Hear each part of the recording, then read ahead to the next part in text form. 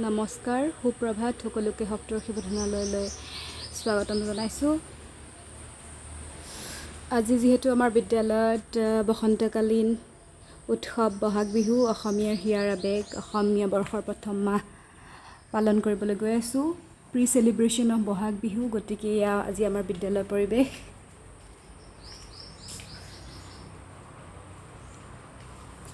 বহাগৰ বিশেষ 7টা দিন হ'ল চ'ত বিহু, গৰু বিহু, মানুহ বিহু, কুটুম বিহু, চেনেহী বিহু, মেলা বিহু, চেৰা Bihu.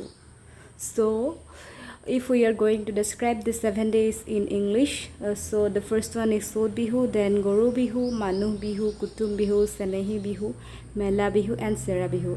These 7 days are the most important days in an Assamese year because these are the first 7 days of Assamese year.